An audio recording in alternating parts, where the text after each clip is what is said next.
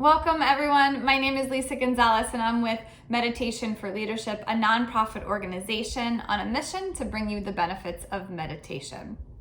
We're continuing with our weekly wellness and wisdom series, and today we're going to discuss balance. This is something that is in the pillar of perspective. And more and more with so many things happening in the world, different changes, I'm hearing many people say that they feel off balance.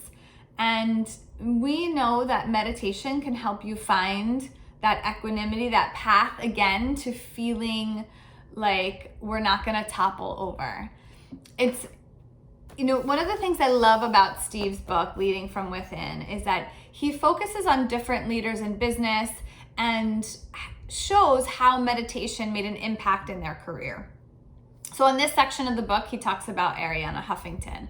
And Arianna Huffington, she noticed this decline of print news and had this vision, right, to think outside of the box, offering an online only or a virtual platform of news. So in 2013, she gives a commencement speech. And often we know commencement speeches, she tells the women, it was an all women's college, that typically people come out and say how you climb the ladder of success. And she posed this question of thinking about, how do you define success, right? What does it exactly look like? We know that money doesn't equate to success. Many people that have lots of money are still very unhappy.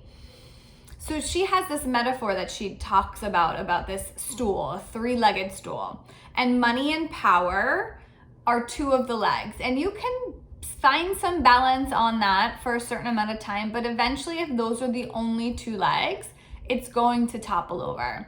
So she wrote a book, it's called Thrive, the third metric to redefining success and creating a life of well-being, wisdom, and wonder. And she comes up with this metric that encapsulates this theory of thriving. And in order for there to thrive, she says you need these four components, which are well-being, wisdom, wonder, and giving.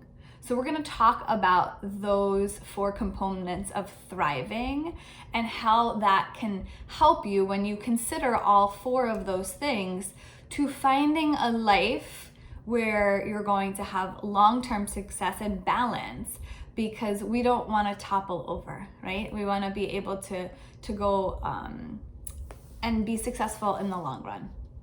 So the first idea, well-being, we think about this a lot. What are the things that we're doing to keep our mind and our body healthy?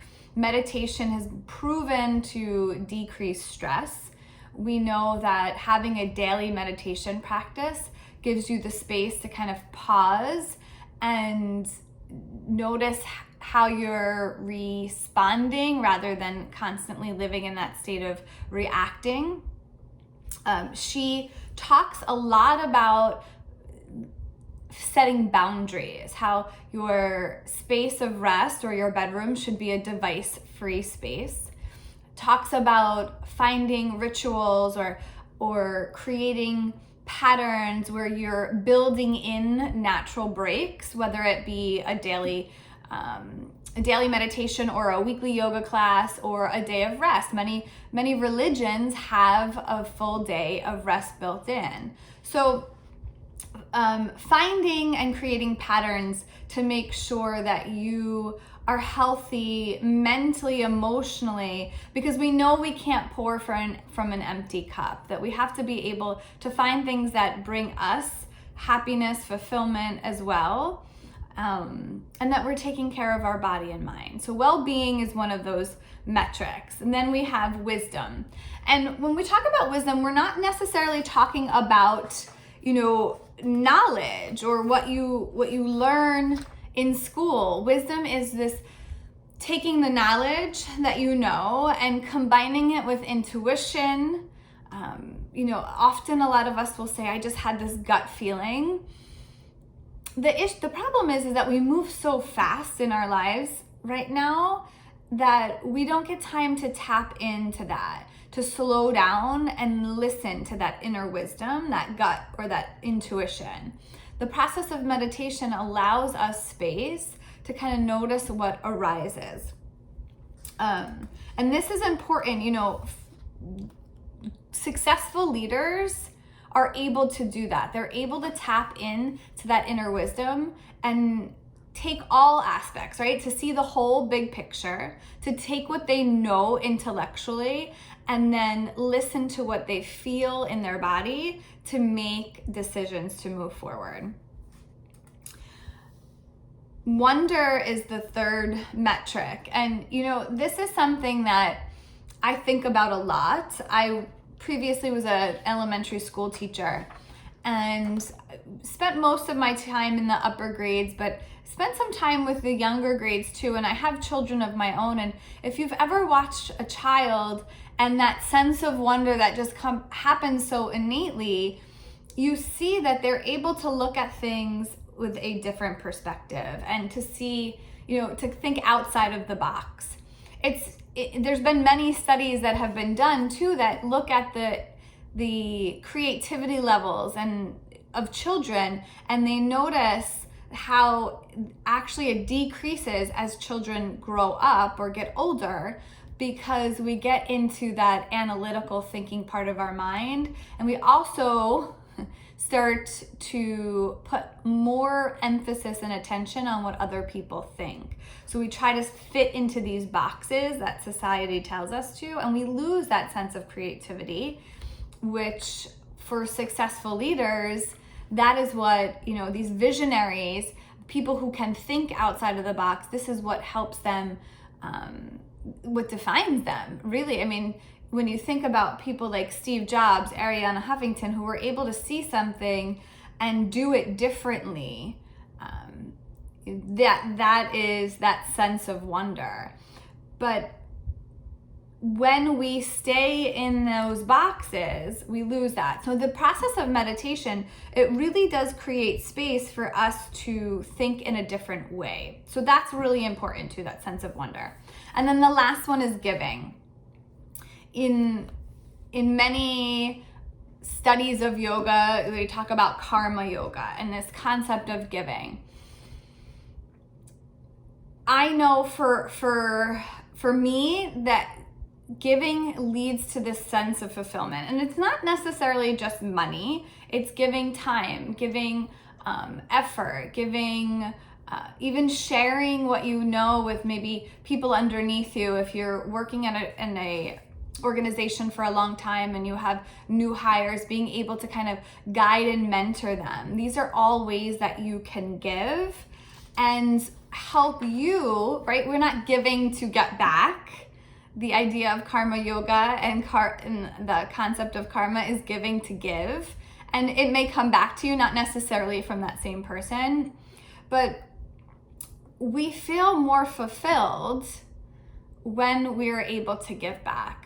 So, Arianna, she poses this 4-part concept, this metric of thriving, well-being, wisdom, inner wisdom, intuition, wonder, and giving. And when she says that you take all of these into consideration, and then of course you have, the other things that traditionally we look at as success for leaders, but when you combine this, then you're going to have long-lasting success because you're not going to burn out. You're going to feel fulfilled. You're taking care of your body and your mind. So for today, we're going to do a short meditation and contemplate on these 4 metrics of thriving. Now, when you meditate and you ask yourselves questions, this isn't a process of thinking and analyzing in your mind. When you have mantras, right? Steve talks a lot about mantra meditation in this in this section of the book. You can meditate on sounds, you can meditate on affirmations, but it's not necessarily where you're thinking, and it's more about posing the question and seeing what arises, right? What naturally comes up, not trying to think of what the right answer is, because we want to tap into that inner wisdom. So just asking the question, creating some space to see what comes up. I always, when I do a meditation like this, I always think it's a good idea to have a journal or something by for after the meditation, kind of jot down some notes of what came up, right? Regardless if it makes sense or not, maybe taking some time and looking at it afterwards can be helpful. But just noticing what arises, right? With that sense of equanimity, of balance, of watching. So wherever you are right now, kind of come up to a tall spine. If you're sitting in your desk like I am, then uncross your legs and let your feet come down to the ground. I always like to take a few deeper breaths to ground myself. So in through your nose, out through your mouth. You can close your eyes or lower your gaze. And take a few breaths of inhales and exhales, simply noticing your breath right at the tip of your nose.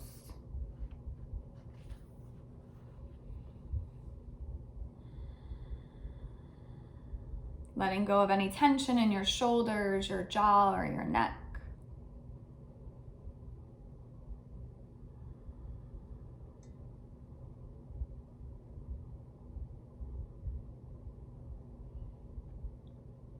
And once you feel this pattern of breath in and out of your nose, once you find that rhythm, ask yourself silently this question: how can I thrive in well-being? There's no right or wrong answer. Stay connected to your breath. How can I thrive in my well-being?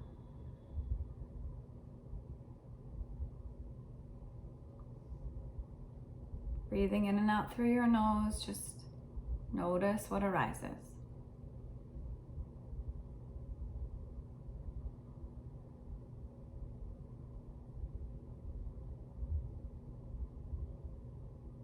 You might find that it's something that you maybe have known that needs change for a long time, or maybe it's something new that you haven't thought of.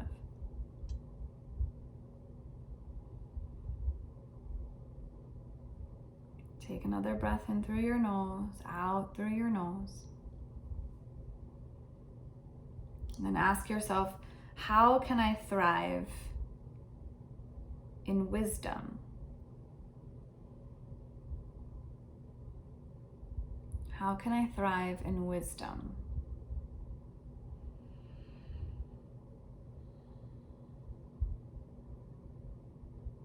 Is there a feeling, an intuition, or something that you're not listening to or not paying attention to? How can you create more space to tap into that inner wisdom?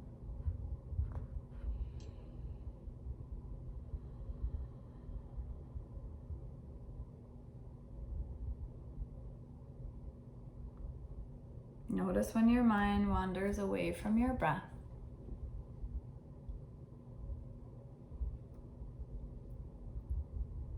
How can I thrive in wonder? How can I thrive in wonder?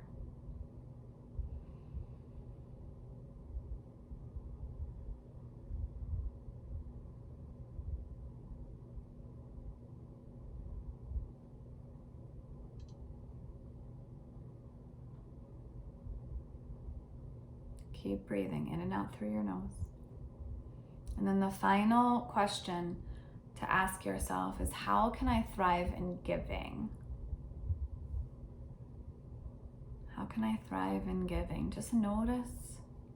No right or wrong answer.